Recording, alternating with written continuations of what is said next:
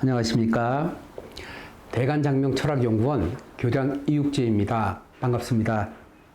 네, 안녕하십니까 선생님. 네, 안녕하세요. 제가 선생님 말씀을 듣고 궁금한 게 있었는데요. 네. 사람마다 이름을 가지고 있는데 그 이름이 100% 좋을 수 없다고 들었는데 그 이유가 있을까요? 케이스 바이 케이스겠죠. 단정 지을 수는 없지만 사주에 따라서 장명하는 방식이 많이 틀립니다. 장명과 따라서 철학하는 분들이 부업으로 장명하는 경우도 있고 아니면 이름만 짓는 사람들이 있어요. 사주하고 아주 무관하게 예쁜 이름, 이렇게 이름 그렇게 연관하는 이름 짓는 분이고 대표적으로 한글 이름 짓는 사람이겠죠. 또 장명 방식이 우리나라에 굉장히 많이 있는데 어디서 짓느냐에 따라서 이제 차이가 있을 수 있어요. 이건 좋은 이름, 나쁜 이름이다. 그러나 그 사주에 따른 좋은 이름들은 있거든요. 사주에 따라서 그런 이름을 쓰게 되면 100%라는 건 사실 없거든요. 이 과학도 아니고. 그 좋은 이름은 있는데 그게 누구에게 좋은 이름이냐, 또 어떤 분이 지었느냐에 따라서 다소의 차이는 있고, 또 이름이 좋은 이름이나 나쁜 이름이나 판가름하는 것은 이름의 어감에 있거나 트렌디의 형에 있거나 복고풍에 있거나 이런 건 아니고 그 사람이 가진 사주라는 건 정체성을 얘기합니다. 정체성.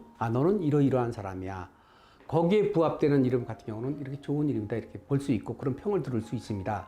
장명을 하는 경우가 보통 정통 성명학이라고 해서 사주를 근간으로 하는 그런 장명학이 있고, 또 소리라고 해서 소리를 위주로 하는 장명학이 있고, 그 다음에 한글 이름, 뜻과 어감으로 짓는 그런 형태의 이름, 그 외에도 많거든요. 장명하는 방법이 많아요. 대략 따지고 보면 20여 쪽이 되는데, 정통 성명학 쪽에서 보는 좋은 이름이다 하면 견해가 거의 같습니다.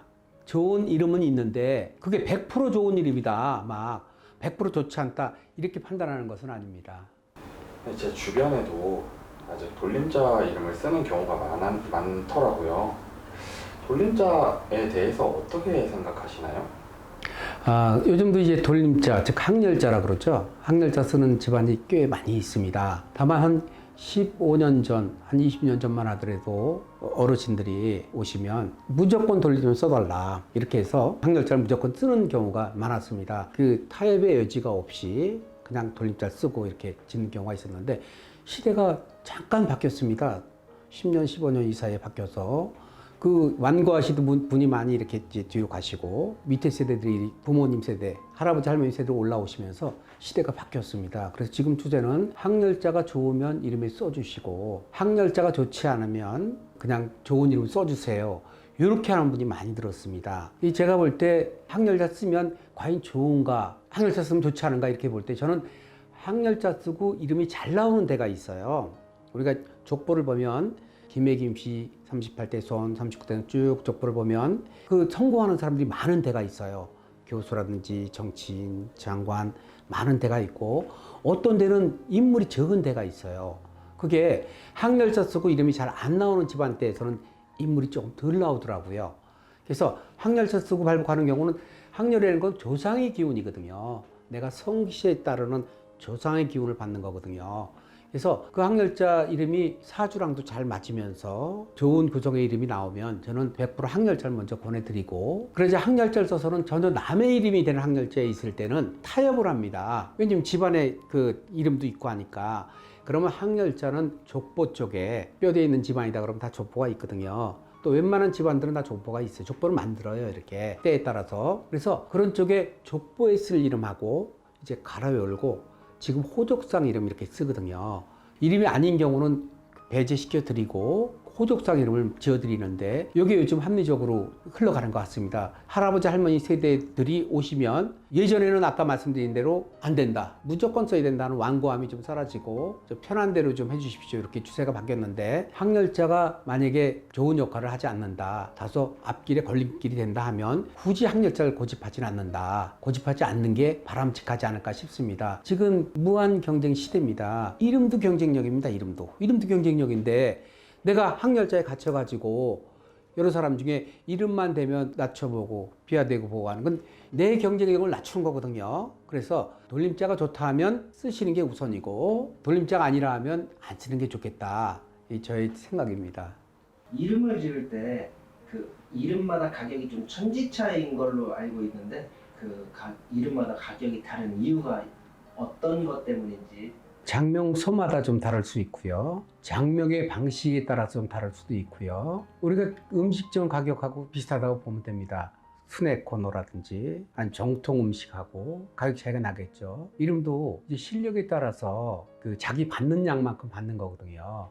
다만 이제 이름이 가격이 좀 저렴한 이름대가 있는 것은 방문 장명보다는 주로 온라인 장명하는 쪽이 장명비가 좀 쌀 수 있습니다. 왜 그러냐면 이제 많은 사람을 장명을 해야 되니까 가격이 비싸면 선뜻 이렇게 신청할 수 없는 그런 부분이 있어서 그래서 많은 사람을 장명해주는 쪽에서는 좀 싸게 받는 경우도 있고 또 이름 자체를 아예 싸게 받는 경우도 있습니다. 이제 한글 이름이라든지 이렇게 지어주는 경우는 사주를 풀고 사주에 맞는 이름을 찾고 하는 노고가 덜 들어갑니다. 이제 정해진 이름들을 추천해 드리는 경우니까 그런 경우는 아마 알아서 좀 적게 받을 수 있는 그런 건데 이름이 비싼 이름이라고 무조건 좋은 건 아니고요. 싼 이름이라고 무조건 나쁘다 이렇게 볼 수 없는 부분이 있는 게 우리가 종교도 정말 많이 있지 않습니까? 선택하는 것이 틀리죠.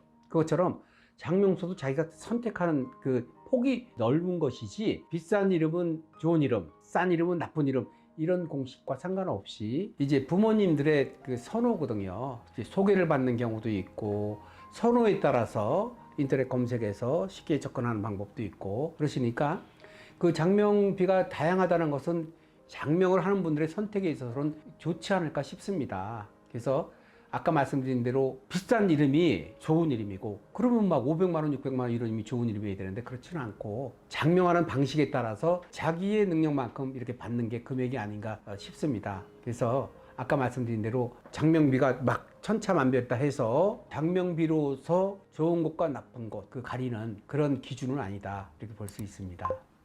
감사합니다.